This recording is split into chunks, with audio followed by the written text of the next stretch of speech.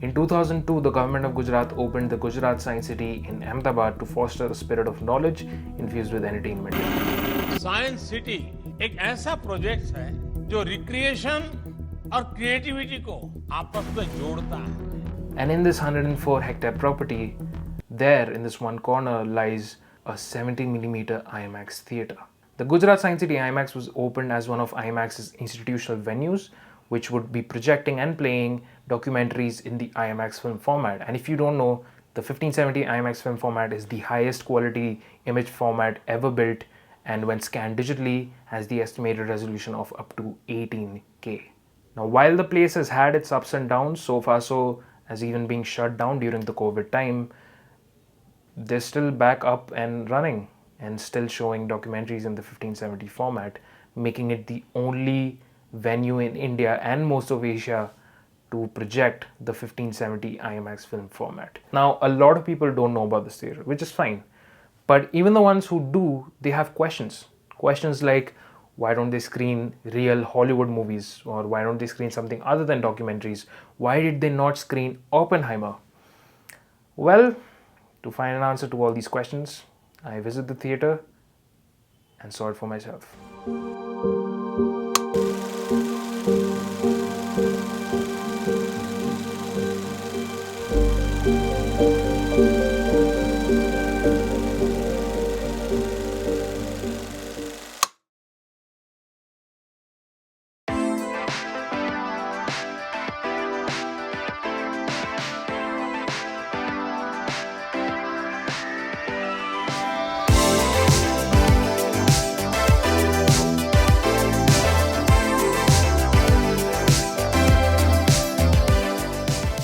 So guys, we are at the Gujarat Science City IMAX, and well, the plan here is to watch two documentaries in 3D IMAX, and the kind management over here has allowed to film and also visit the projection booth.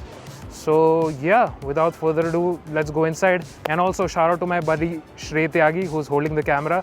He has an awesome channel and he has similar interests like me, so I'm pretty sure you'll like his content, so subscribe to his channel. And yeah, let's go watch some 70mm documentaries. The theatre is inside the glass building with a very small entrance, and once you enter, you're greeted with the sole 1.43:1 screen in the entire country. Now, IMAX film is 70mm and 15 perforations wide, because of which the aspect ratio of IMAX film is 40% taller than CinemaScope, giving this 1.43 aspect ratio, and it looks absolutely glorious. The screen size is about 96 by 67 feet. It's giant and it's a perfect GT Grand Theatre auditorium with IMAX's 6-track digital audio system, and of course the glorious 1570 IMAX format. Now, of course, they're only playing documentaries over here, and of course I watched both. The first one being Magnificent Desolation, Walking on the Moon. The second one was T-Rex, Back to the Cretaceous. You see, the place was established just a year before Prasad's IMAX in Hyderabad. And when it was established, this was basically the first 3D theatre in India, the biggest 3D theatre in India, and I also guess the biggest 3D theatre in Asia.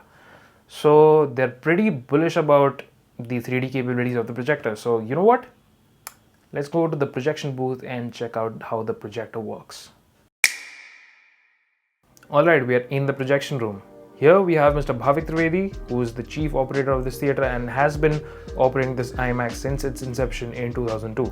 Now, what's happening over here looks pretty complex, but it's called threading, which occurs before every show starts. And threading is basically unrolling the giant film reels and rigging them to the projector in a way that, ensures a smooth movement of the reels without any damage. And there's platters and a bunch of other components to ensure that. The platter is where the film reel sits, and it's unraveled slowly and slowly to the projector, and there we have it. And the main unit you see over here is the giant GT IMAX 1570 projector. Now, for 3D, each movie has two discrete strip sets called the dual strip system, one for the left eye and one for the right eye, and you can see that in action over here as well. Fun fact, most 1570 venues in the world, like IMAX Melbourne or BFI IMAX, they are still continuing to play only 2D presentations, but Gujarat Science City is the only one which continues to play, 3D documentaries. Now for the sound is not printed on the film strip like 35mm, but it's played in parallel digitally, compressing DTS and loaded via DVDs onto this amazing console. So yeah, it was a pretty special experience to see that giant IMAX projector in action and seeing those wide 15 perforation 70mm film in real life, and I was just nerding out so hard. But yeah, all that aside, how is it actually like watching those documentaries in that giant screen?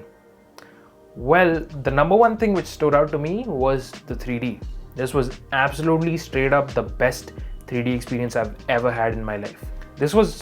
I would generally say that this was a better 3D experience than Avatar, and I'm not sure whether it's the 3D IMAX film cameras or the medium itself which led to this, but I mean, this was just next level. Usually 3D has a much more different feel.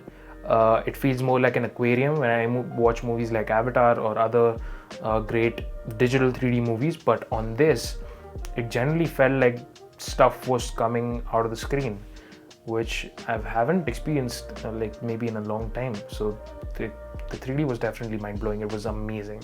And now, this was the first time I was ever seeing celluloid analog film, at least in my conscious memory.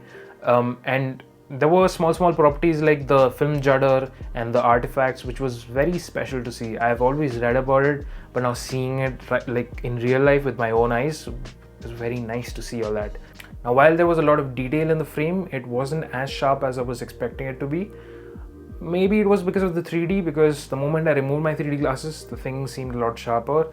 And also the film prints are like 12, 13 years old. So, I mean, yeah, they could have gotten old scratches on it.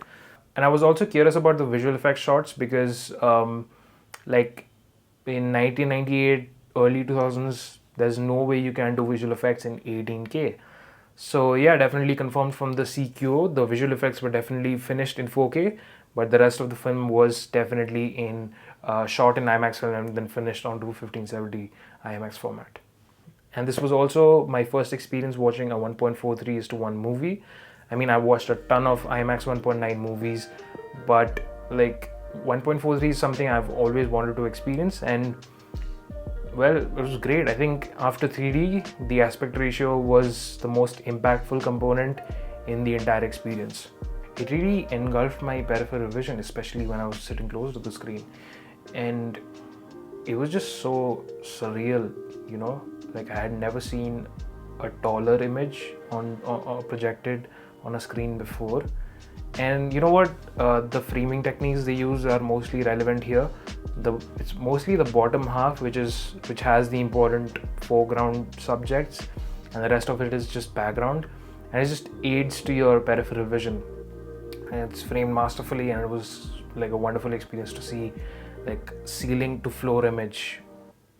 That's as immersive as it can be. Okay, now here's the question.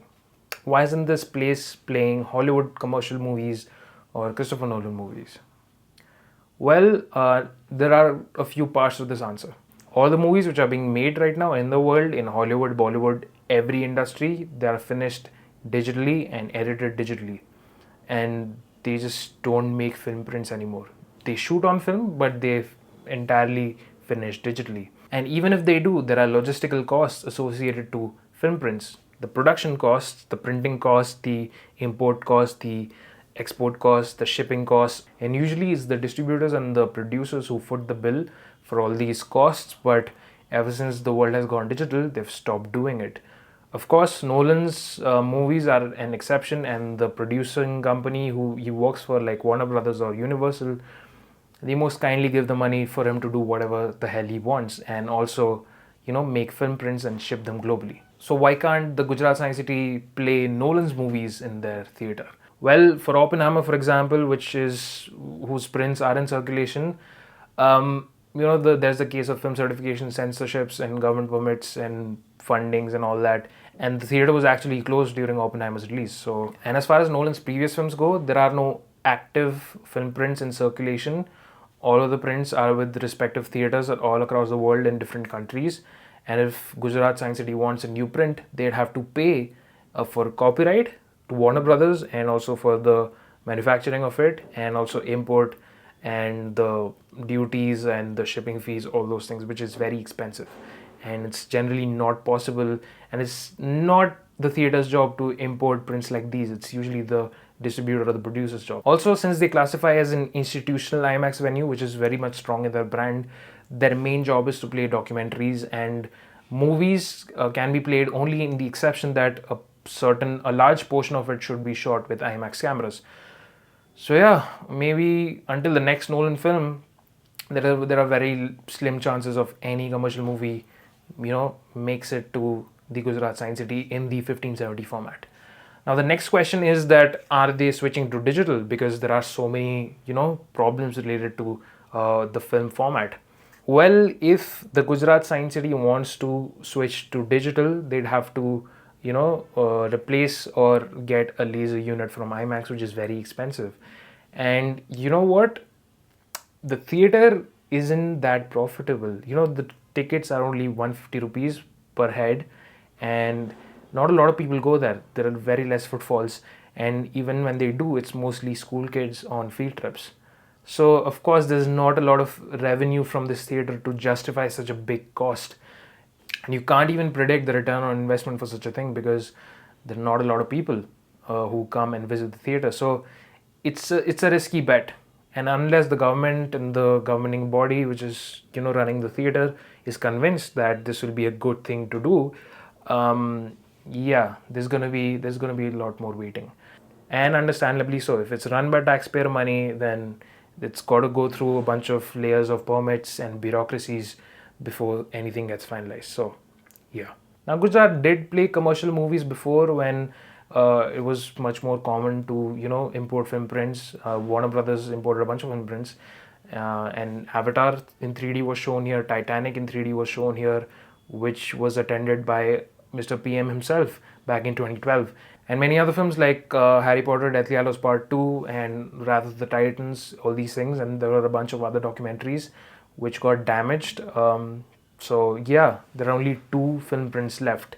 So unless and until these film prints get damaged, you can still go there and experience IMAX film and see it for yourself. And I just really hope that the theater does not close down and still operates well until the laser upgrade. And I would definitely want to go there once again if they receive any other film print or once they upgrade to laser. And yeah, my main motivation and my main goal with this video was that to spread awareness, basically, because a lot of people don't know about this theater.